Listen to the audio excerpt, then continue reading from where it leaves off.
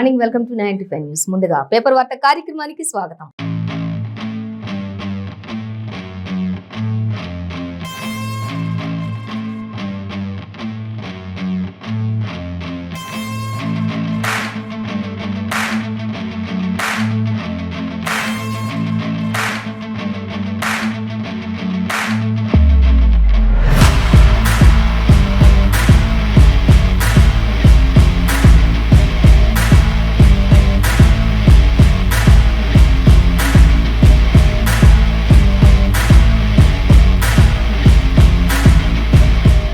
ఆంధ్రజ్యోతి, సాక్షి, వెలుగు, ఈనాడు పేపర్స్ ఉన్నాయి. ఇలా రకరకాల పేపర్స్లో రకరకాల వార్తలు ఉంటాయి కదా. మనం ఏ పేపర్లో ఏ వార్తలు వచ్చాయి అనేది మనం చూసుకుందాం. మొదటిగా చూసినట్లయితే ఆంధ్రజ్యోతి పేపర్ చూసుకుందాం. ఆంధ్రజ్యోతి పేపర్లో మనకి మెయిన్ ప్రధాన వార్తగా ఇచ్చింది ఏంటి అంటే మనకి కొత్తగా డీజీపీ వచ్చారు అనేది మనకి ఇచ్చారు. అయితే ఎక్కడ ఏంటి అనేది చూసుకున్నట్లయితే కొత్త డీజీపీ అంజనీ కుమార్ అని మనకి ప్రధాన వార్తలు ఇచ్చారు. ఇక మరొకటి చూసే దోపిడీ ఇక్కడ, మరి పంచుకోవడం అక్కడ అంటూ కూడా ఇచ్చారు. చూద్దాం. మొదటిగా చూస్తే డీజీపీల గురించి మనం చూసినట్లయితే ఇన్ఛార్జ్ బాధ్యతలు అప్పగింత అంటూ కూడా మనకి ఇక్కడ ఇవ్వడం జరిగింది. ఇంకా సిఎస్, డీజీపీ ఇద్దరు ఏపీ క్యాడరే అంటూ కూడా మనకి ఇక్కడ ఇవ్వడం జరిగింది. ఆల్రెడీ ఇంతకుముందు కూడా మనం చూసాం. ఇంకా హోంశాఖ ముఖ్య కార్యదర్శిగా జితేందర్ ఉండబోతున్నారు అనేది కూడా తెలుస్తుంది. ఇక అవినీతి నిరోధక శాఖ డీజీగా రవి గుప్తా ఉండబోతున్నారు అనేది మనకి వాళ్ళంతా కూడా క్లియర్ కట్గా ఆంధ్రజ్యోతిలో ఎవరెవరు ఏ పదవి బాధ్యతలు స్వీకరించబోతున్నారు, ఎవరెవరు ఎక్కడికి బదిలీ అయ్యారు, ఎవరెవరు ఎక్కడి నుంచి ఎక్కడికి బదిలీ అవుతున్నారు, ఎక్కడికి వస్తున్నారు ఏంటి అనేది క్లుప్తంగా వివరంగా మనకి ఎంతో చక్కగా ఇక్కడ మనకి ఆంధ్రజ్యోతి పేపర్లో ఇవ్వడం జరిగింది. ఇక సిఐడి చీఫ్గా మహేష్ భగవత్ ఉండబోతున్నారు అనేది ఇచ్చారు. ఇంకా రాచకొండ సిపిగా డిఎస్ చౌహాన్ అనేది కూడా మనకి క్లియర్గా ఇచ్చినట్లుగా మనం చూడొచ్చు. అలాగే శాంతి భద్రతల అదనపు డీజీగా సంజయ్ ఉండబోతున్నారు అనేది కూడా మనకి ఇచ్చారు. ఇంకా చూద్దాం. రాష్ట్రంలో సీనియర్ ఐపీఎస్లు అంతా కూడా బదిలీలకి ఏర్పాట్లు జరుగుతూ ఉన్నాయి. త్వరలో మరిన్ని వివరాలను కూడా అందిస్తాము అనేది కూడా మనకి ఇక్కడ ఇచ్చారు. ఇంకా త్వరలోని మరిన్ని బదిలీలకు కూడా ఇంకా ఎవరెవరిని ఎక్కడికి బదిలీ చేయాలి అనే దానికి కూడా రంగం సిద్ధం చేస్తున్నాం అంటూ కూడా మనకి ప్రధానంగా ఇచ్చారు మనకి ఆంధ్రజ్యోతిలో. ఇంకా చూసినట్లయితే ఇంటిగ్రేటెడ్ కమాండ్ కంట్రోల్ సెంటర్ చైర్మన్గా మహేందర్ రెడ్డి ఉండబోతున్నారు అనేది కూడా మనకి ఎంతో క్లియర్గా చక్కగా ఇచ్చేసారు, మనం గమనించవచ్చు. చూద్దాం. ఇంకా దీనికి వివరంగా చూసినట్లయితే కిడ్నాప్లు, దోపిడీలు, రాష్ట్రంలో పెరిగిన నేరాలు, ఇక రోడ్డు ప్రమాదాలు, మరణాలు, గృహహింస కూడా అంటూ చెప్తూ ఉన్నారు. ఇవన్నింటిని అరికట్టడానికి మన డిపార్ట్మెంట్ అంతా కూడా మనం సాయశక్తులా కష్టపడి పనిచేసినప్పుడు అవన్నింటిని కూడా మనం తగ్గించుకుంటూ వెళ్ళొచ్చు అనే విధంగా ఒక సందేశాన్ని కూడా ఇక్కడ ఇస్తున్నట్లుగా మనం చూడొచ్చు. అలాగే ఇక నిరుటితో పోలిస్తే మాత్రం 4.44% మొత్తం హెచ్చుగా ఉన్నట్లు తెలుస్తుంది. 57% మాత్రం పెరిగిన సైబర్ నేరాలు అంటూ కూడా మనకి ఇక్కడ ఇవ్వటం జరిగింది.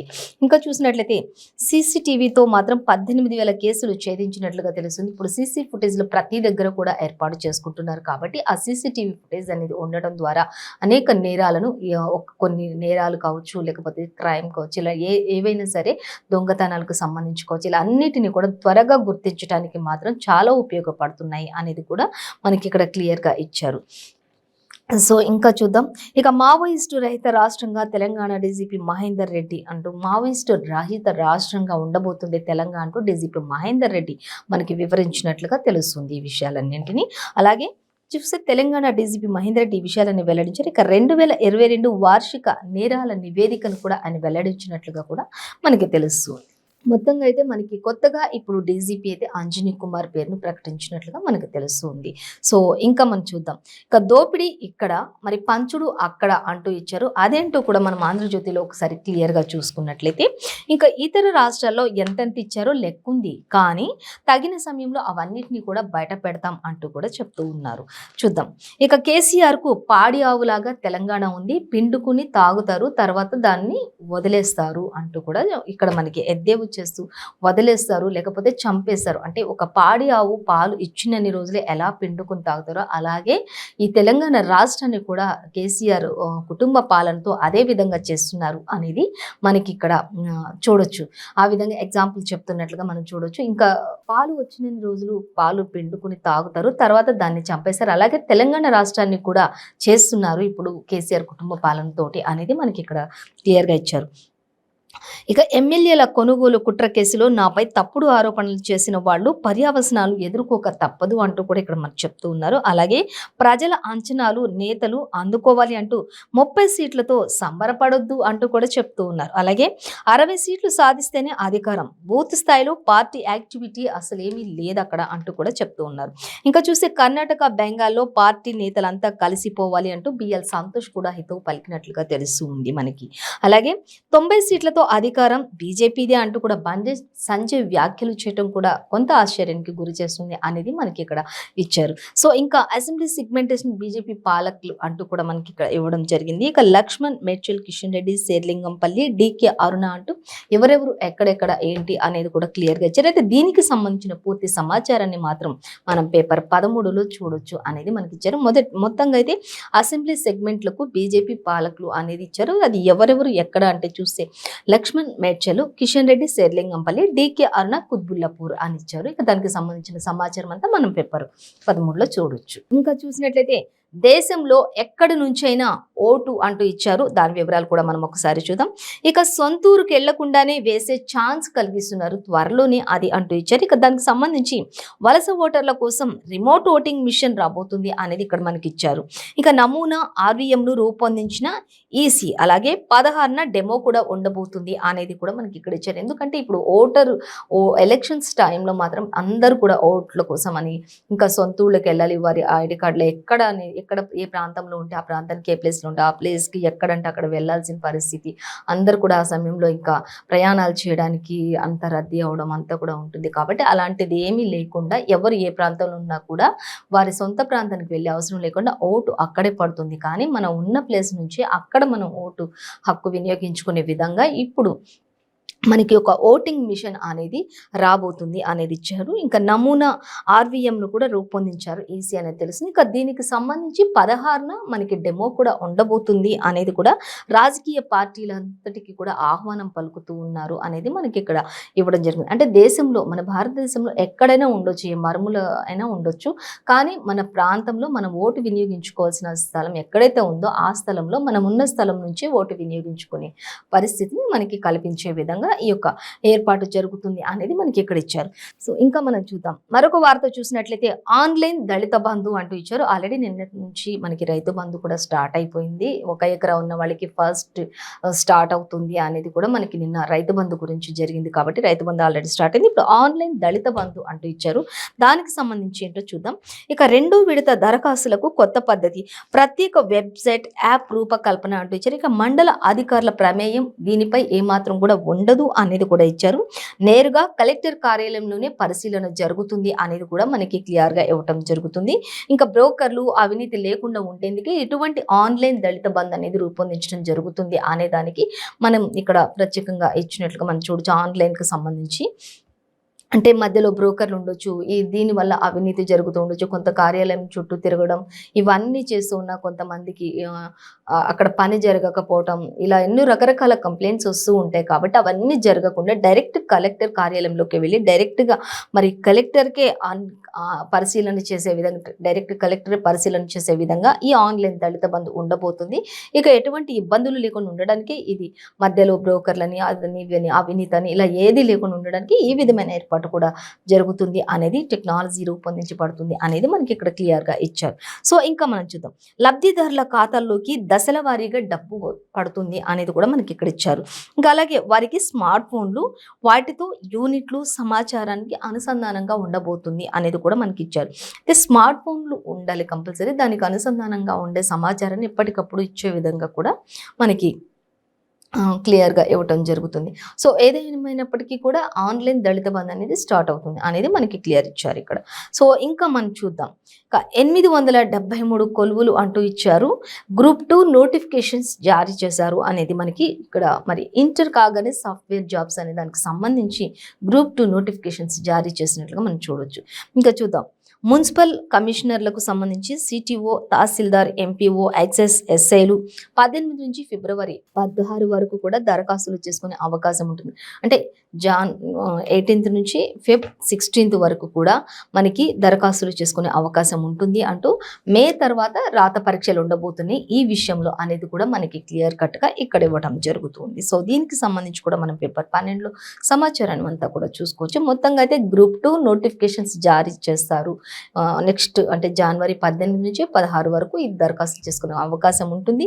తర్వాత మే తర్వాత మాత్రం రాత పరీక్ష ఉంటుంది కాబట్టి అప్పటి వరకు కూడా సిలబస్ అంతా కూడా చూసుకునే అవకాశం ఉంటుంది. ముందుగానే దీని నోటిఫికేషన్ జారీ కోసం వివరాలన్నింటినీ కూడా మనకి ఇచ్చినట్లుగా తెలుస్తుంది. 783 కొలువులు రెడీగా ఉన్నాయి, వాటిని విడుదల చేశారు అనేది కూడా మనకి ఇక్కడ క్లియర్గా ఇవ్వడం జరుగుతుంది. సో మనం మరొక పేపర్ సాక్షి పేపర్ చూద్దాం. ఇంకా సాక్షి పేపర్ చూసినట్లయితే ఇక పర్యావసనం తప్పదు అంటూ ఇచ్చారు.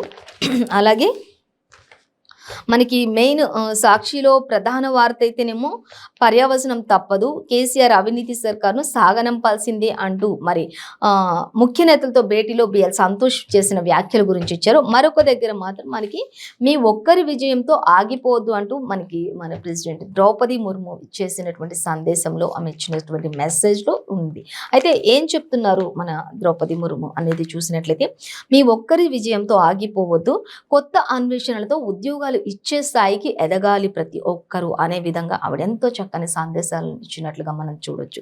సో ఇంకా చూద్దాం. విద్యార్థినులందరికీ రాష్ట్రపతి ద్రౌపది ముర్ము పిలుపునిచ్చారు. ప్రతి విషయంలో కూడా ముందడుగు వేయాలి అంటూ విద్యార్థులను ఎంతో ఎంకరేజ్ చేస్తూ వారిని ప్రోత్సహిస్తున్నటువంటి పరిస్థితి అక్కడ మనం చూడొచ్చు.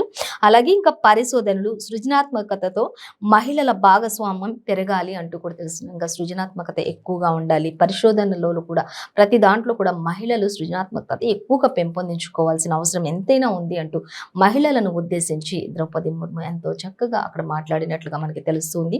ఒక విజయం వచ్చిన తర్వాత అక్కడితోనే ఆగిపోవద్దు, ఇంకా ముందుకు ఎన్నో చేయాల్సిన అవసరం ఉంటుంది. ఈ దేశానికి మహిళలు కూడా ఎంతో చేయాల్సింది ఉంది కాబట్టి ఎక్కడ కూడా మహిళలు వెనక్కి తగ్గకుండా ముందుకు వెళ్ళాలి. ఆల్రెడీ అదే స్థితిలో ఉన్నారు, కానీ ఇంకా విద్యార్థి దశ నుంచి అందరూ కూడా ప్రతి ఒక్కరు కూడా అబ్బాయిలు అమ్మాయిలు అందరూ కూడా ప్రతి విషయంలో దేశం కోసం ముందుకు వెళ్లాల్సిన అవసరం ఎంతైనా ఉంది అనేది మనకి ఇక్కడ ద్రౌపది ముర్ము ఎంతో చక్కగా మరి సందేశాన్ని ఇచ్చినట్లుగా మనకి ఇక్కడ మనం చూడొచ్చు. ఇంకా అలాగే చూసినట్లయితే టెక్నాలజీని ఉత్పాదకతను పెంచేందుకు ఉపయోగించుకోవాలి తప్ప దానిని చెడు మార్గంలో వెళ్లేందుకు ఉపయోగించుకోకూడదు. ఈ టెక్నాలజీ ఇప్పుడు ఎంతో మంచి టెక్నాలజీ వచ్చింది కాబట్టి, ఒకప్పుడైతే ఇలాంటి టెక్నాలజీ లేదు, ఇప్పుడైతే ఎక్కడ చూసినా టెక్నాలజీ అభివృద్ధి చెందింది. ఇంకా హైదరాబాద్ చూసినట్లయితే టెక్నాలజీ హబ్గా మారిపోయింది అసలు అనేటట్లుగా కూడా ఆవిడ చెప్తూ ఉన్నారు. దానిని మంచి చేయడానికి ఉపయోగించుకోవాలి యువత అనేది యువతనంతా ఉద్దేశించి ఎంతో చక్కని సందేశాన్ని ఇచ్చినట్లుగా ద్రౌపది ముర్ము మనకి ఇక్కడ సాక్షిలో మనం చూడొచ్చు. ఇంకా చూసినట్లయితే ఇక ప్రజల అవసరాలను తీర్చే విధంగా సాంకేతికతను రూపొందించాలని కూడా ఆవిడ సూచించారు అనేది కూడా మనకి ఇక్కడ ఇచ్చారు.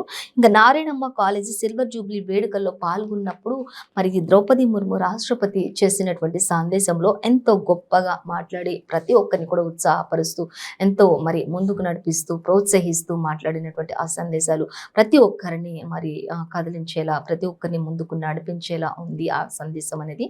ఇక్కడ చక్కని సందేశంతో అందరూ కూడా ఎంతో మరి సంతోషాన్ని వ్యక్తపరిచినట్లుగా కూడా తెలుస్తుంది. So Narayanamma college silver Jubilee కారణంగా అక్కడికి ఆహ్వానం అందడం వల్ల అక్కడ వెళ్ళినప్పుడు ఇచ్చినటువంటి స్పీచ్ ఇది అనేది కూడా మనకు అర్థమవుతుంది. సో ఇంకా మనం చూసినట్లయితే ఆదివాసీల అభ్యున్నతి లక్ష్యంగా సంక్షేమ శాఖ పథకాలు అంటూ కూడా మనకి ఇక్కడ ఇచ్చారు. రాష్ట్రపతి ద్రౌపది ముర్ముకు వివరించినటువంటి మంత్రి సత్యవతి రాథోడ్ అనేది కూడా తెలిసినది. ఆదివాసీల అభ్యున్నతి లక్ష్యంగా ఎలా ముందుకు వెళ్ళాలి అంటూ వాళ్ళ సంబంధించిన పథకాలకు సంబంధించి అవన్నీ కూడా మంత్రి సత్యవతి రాథోడ్ కూడా ద్రౌపది ముర్ముకి అన్ని కూడా వివరించినట్లుగా తెలుస్తూ ఉంది. సో ఇంకా మనకి ఇంతకుముందు ఆల్రెడీ చెప్పుకున్నాం మనం ఆంధ్రజ్యోతిలో ఇన్ఛార్జ్ డీజీపీగా అంజనీ కుమార్ అని. సో మనకి సాక్షిలో కూడా ఇచ్చారు. ఇక్కడ కూడా మనకి పూర్తి స్థాయిలో అదనపు బాధ్యతలు కేటాయిస్తూ సీఎస్ ఉత్తర్వులు జారీ చేస్తారు అనేది మనకి సాక్షిలో ఇవ్వడం జరిగింది. ఇంకా రాష్ట్రంలో 6 IPSలు కూడా బదిలీ అయినట్లుగా తెలుస్తూ ఉంది. ఇంకా రాచకొండ సిపిగా జిఎస్ చౌహాన్ నియమించబడ్డారు అనేది కూడా మనకి ఇక్కడ ఇచ్చారు. ఈ నెల 31తో ముగియనున్న డీజీపీ మహేందర్ రెడ్డి పదవీ కాలం అనేది కూడా మనకి ఇక్కడ ఇవ్వటం జరుగుతుంది. ఇంకా ఈ నెల 31కి అంటే 31st లాస్ట్ ఇంకా డీజీపీ మహేందర్ రెడ్డి పదవీ కాలం అనేది తెలుస్తుంది. ఇంకా రాష్ట్రంలో 6 ఐఏఎస్లు కూడా బదిలీ చేయబడ్డారు అనేది కూడా తెలుస్తుంది. ఇంకా రాచకొండ సిపిగా డిఎస్ చౌహాన్ నియమించారు. అలాగే ఇన్ఛార్జ్ డీజీపీగా అంజనీ కుమార్ ఉండబోతున్నారు అనేది కూడా మనకి ఇక్కడ ఎంతో క్లియర్గా ఇచ్చారు. 10th మోడల్ పేపర్లు కూడా విడుదలయ్యాయి అనేది ఇచ్చారు. ఇంకా విద్యార్థులను ఉద్దేశించి ఇంకా 10th నిన్న మనం చెప్పుకున్నాం ఆల్రెడీ 10th ఎగ్జామ్కి 6 పేపర్స్ ఉంటాయి అనేది, ఆ 6 పేపర్స్ 600 మార్క్స్ ఉండబోతున్నాయి అనేది కూడా తెలిసింది. అయితే అది మోడల్ ఎలా ఉండబోతుంది అనే పేపర్స్ కూడా రిలీజ్ చేశారు అనేది కూడా ఇక్కడ మనకి ఇచ్చారు. ఇంకా విద్యార్థులందరూ కూడా ఎటువంటి టెన్షన్ లేకుండా మోడల్స్ చూసుకున్నా కూడా వారికి అర్థమైపోతుంది అనే విధంగా మోడల్ పేపర్ని కూడా అప్పుడే రిలీజ్ చేయడం కూడా జరిగింది అనేది కూడా మనకి క్లియర్గా ఇచ్చారు.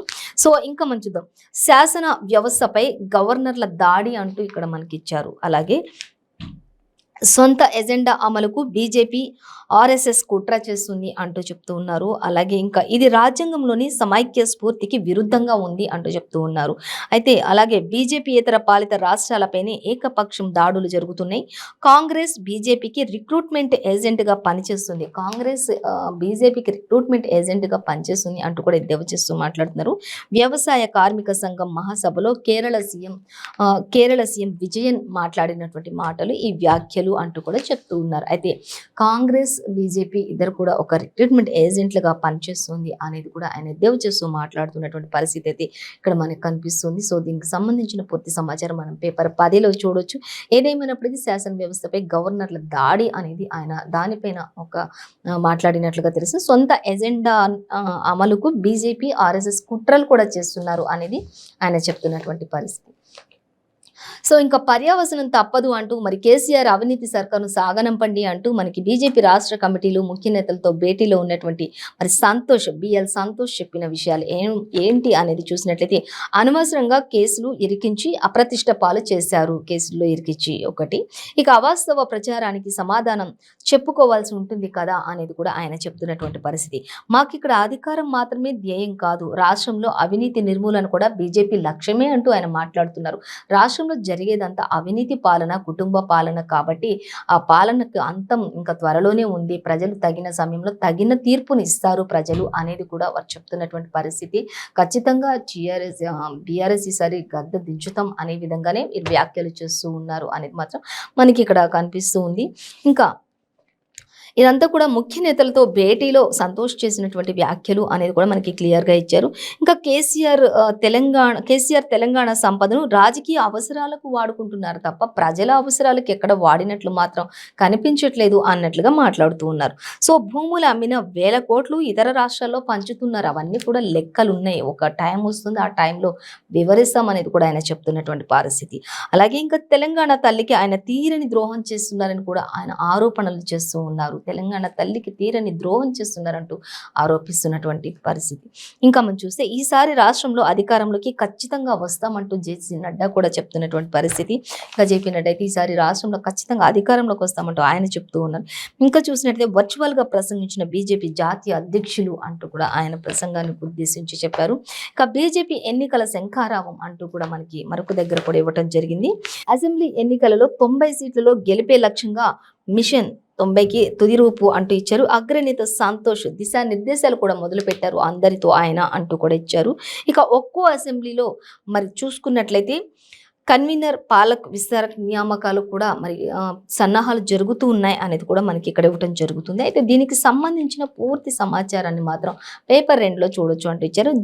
బీజేపీ ఎన్నికల శంఖారావం ఏ విధంగా ఉండబోతుంది ఏంటి అంటూ క్లియర్ చార్ట్గా మనకి పేపర్ 2లో చూసుకోవచ్చు అనేది ఇచ్చారు. ఇక ఫిబ్రవరిలో రాష్ట్రానికి మోదీ రాబోతున్నారు అనేది కూడా మనకి ఒక వార్త అయితే ప్రధానంగానే ఇక్కడ కనిపిస్తుంది.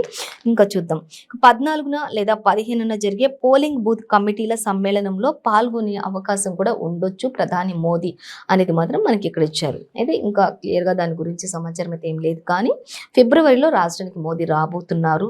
కేవలం 14 లేదా 15న జరిగే పోలింగ్ బూత్ కమిటీల సమావేశానికి ఎన్నికల సమ్మేళనంలో పాల్గొనే విధంగానే ఆయన రాబోతున్నారు అనేది మనకి ఇక్కడ ఇచ్చారు.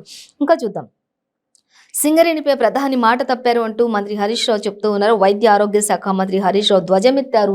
ఇంకా అలాగే మెడికల్ సీట్లలో సింగరేణి పిల్లలకు రిజర్వేషన్లపై హామీ ఇచ్చారు. కానీ అవన్నీ కూడా మరి ఏం చేశారు, ఎక్కడ పోతున్నాయి అనే విధంగా మాట తప్పారు అనే విధంగా మరి హరీష్ రావు కూడా మాట్లాడుతున్నటువంటి పరిస్థితి మనకి సాక్షిలో ఇచ్చారు.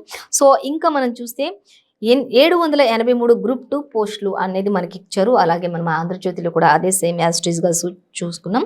18 విభాగాల్లో ఉద్యోగ ఖాళీల భర్తీకి నోటిఫికేషన్ జారీ చేసిన టీఎస్పీఎస్సీ అంటూ కూడా మనకి ఇక్కడ ఇవ్వడం జరుగుతుంది. ఇక జనవరి 18 నుంచి ఫిబ్రవరి 16 వరకు కూడా దరఖాస్తులు చేసుకునే అవకాశం ఉంటుంది అంటూ కూడా మనకి ఇక్కడ ఇవ్వడం జరిగింది.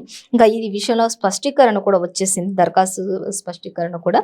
అలాగే అతి త్వరలో గ్రూప్ 3 ప్రకటన కూడా విడుదలకు కమిషన్లు సన్నాహాలు చేస్తున్నారు అనేది కూడా మనకి ఇక్కడ ఇచ్చారు. ఇప్పుడైతే గ్రూప్ 2కి సంబంధించిన వివరాలను మరి పొందుపరిచారు, ఇచ్చారు మనకి.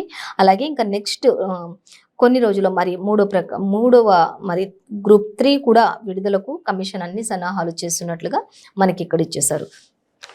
సో ఇంకా మనం వెలుగు పేపర్ చూద్దాం. వెలుగు పేపర్ చూసినట్లయితే వెలుగులో మనకి మొదటిగా అంటే మనకి ప్రధాన వార్తలు సేమ్ యాస్టీస్గా ఇక్కడ తప్పుడు ఆరోపణలకు మూల్యం తప్పదు అంటూ ఇక్కడ కేసీఆర్కు బిఎల్ సంతోష్ హెచ్చరిక చేసినట్లుగా ఇచ్చారు. మరొక ప్రధాన వార్త అయితే ఇన్ఛార్జ్ డీజీపీగా అంజనీ కుమార్ అంటూ ప్రతి పేజ్లో కూడా మనకి మెయిన్ ఫ్రంట్ పేజ్లో మాత్రం మనకి ఇవే ఎక్కువగా ఇవ్వడం జరుగుతుంది. అలాగే విద్యార్థులను ఉద్దేశించి గ్రూప్ 2 నోటిఫికేషన్స్కి సంబంధించి 783 పోస్టులు, ప్రతి పేపర్ యాజ్ ఇట్ ఈస్గా 783 పోస్టులు మాత్రమే అంటూ కూడా మనకి క్లియర్గా ఇవ్వడం జరుగుతుంది. దానికి సంబంధించిన పూర్తి సమాచారాన్ని కూడా ఇస్తూ ఉన్నారు. సో ఇంకా ఇన్ఛార్జ్ డీజీపీగా అంజనీ కుమార్ రాష్ట్ర సర్కారు ఉత్తర్వులు జారీ చేసింది అంటూ కూడా మనకి ఇచ్చారు. ఇక మరో 5 ఐపీఎస్ల బదిలీలు కూడా అంటూ ఇచ్చారు. అలాగే సిఐడి చీఫ్గా మహేష్ భగవత్ ఉండబోతున్నారు అనేది ఇచ్చారు. ఈ నెల 31న డీసీపీ మహేందర్ రెడ్డి రిటైర్మెంట్ అంటూ కూడా ఇచ్చారు. దానికి సంబంధించిన పూర్తి సమాచారం కూడా ఇచ్చారు, చూడొచ్చు మనం. ఇంకా సైబర్ నేరాల గురించి చూసినట్లయితే 57% పెరిగినాయి అంటూ ఇచ్చారు సైబర్ నేరాలు. అలాగే పోయినేడాదితో పోలిస్తే ఓవరాల్ క్రైమ్ రేటు 4% ఎక్కువగా ఉన్నట్లుగా తెలుస్తుంది. మొత్తం 1.42 లక్షల కేసులు నమోదైతే మహిళలపై పెరిగిన నేరాలు మాత్రం యాన్యువల్ క్రైమ్ రిపోర్ట్ విడుదల చేసిన డీజీపీ మహేందర్ రెడ్డి సీసీ కెమెరాలకు సంబంధించి కూడా చెప్పారైనా 18,000 కేసులు ఆ సీసీ కెమెరాల ద్వారా చాలా తొందరగా సాల్వ్ చేయగలిగాము అనేది కూడా ఆయన చెప్తున్నటువంటి పరిస్థితి అయితే మనకి ఇక్కడ ఇచ్చారు. ఇంకా మనం చూసినట్లయితే ఇవి ఈ సీసీ కెమెరాల ద్వారా చాలా వరకు మనకి ఏ ప్రాబ్లంనైనా తొందరగా సాల్వ్ చేయడానికి అవకాశం కలుగుతుంది. కాబట్టి ప్రతి ఒక్కరూ ప్రతి ప్లేస్లో కూడా అంటే ప్రతి ఏరియాకు సంబంధించి ఆ యొక్క రోడ్లు ఎవరైతే వారి గల్లీలు ఉంటే అక్కడంతా కూడా సీసీ కెమెరాలు ఏర్పాటు చేసుకోవడం వల్ల బయట పార్క్ చేసిన బైక్స్ కావచ్చు, లేకపోతే ఎవరైనా ఇంట్లో చోరీలు కావచ్చు, ఇలా ఏది జరిగినా కూడా సీసీ కెమెరాలు అసలు ఎవరు ఎంటర్ అవుతున్నారు, ఎవరు అవుట్ అవుతున్నారు అనేది మొత్తం తెలుస్తుంది. కాబట్టి దాని ద్వారా సీసీ ఫుటేజ్ అనేది ఏర్పాటు చేసుకుంటే త్వరగా ఒక ప్రాబ్లమ్ని సాల్వ్ చేసుకోవచ్చు అనే విధంగా ఎక్కువగా మాత్రం సీసీ కెమెరాల వల్ల 18,000 కేసులు కూడా త్వరగా సాల్వ్ చేయగలిగాం అనేది ఇక్కడ మనకి క్లియర్ కట్గా సైబర్ నేరాల గురించి మనకి వివరించడం జరిగింది. సో ఇంకా సైబర్ నేరాలు అయితే ఈసారి 57% పెరిగినాయి అనే చెప్పుకోవచ్చు అంటూ కూడా మనకి పూర్తి సమాచారాన్ని ఇచ్చారు. ఎందుకంటే ఇయర్ ఎండింగ్ కాబట్టి లాస్ట్ ఇయర్తో పోల్చుకుంటే ఈ ఇయర్ ఇలా ఉంది అనేది కూడా మనకి క్లియర్గా ఇచ్చారు. ఇంకా మనం చూసినట్లయితే రాష్ట్రంలో పాలకులు హైదరాబాద్ సంపదను రాజకీయ అవసరాలకు వాడుకుంటున్నారు ఇప్పుడున్నటువంటి అధికార పార్టీ నాయకులు అనేది కూడా మనకి ఇక్కడ ఇచ్చారు. అంటే తప్పుడు ఆరోపణలకు మూల్యం తప్పదు అంటూ మనకి బిఎల్ సంతోష్ చెప్తున్నటువంటి విషయం. ఇంకా సో మనం ఈ రోజు ఏ పేపర్లో చూసుకున్నా కూడా మెయిన్గా అంటే ఇన్ఛార్జ్ డీజీపీగా అంజనీ కుమార్, అలాగే మరి ఇటు బిఎల్ సంతోష్ చేసినటువంటి వ్యాఖ్యలు ఇవన్నిటికీ సంబంధించి, అలాగే విద్యార్థులకు సంబంధించి, పోస్టులకు సంబంధించి అన్ని కూడా చాలా క్లియర్గా ప్రతి పేపర్లో యాజ్ ఇట్ ఈస్ వచ్చారు. సో ఇది ఇవాల్టి పేపర్ వార్తా కార్యక్రమం విశేషాలు. మరో పేపర్ వార్తా విశేషంతో మళ్ళీ రేపు కలుద్దాం. అంతవరకు చూస్తూనే ఉండండి 95 న్యూస్.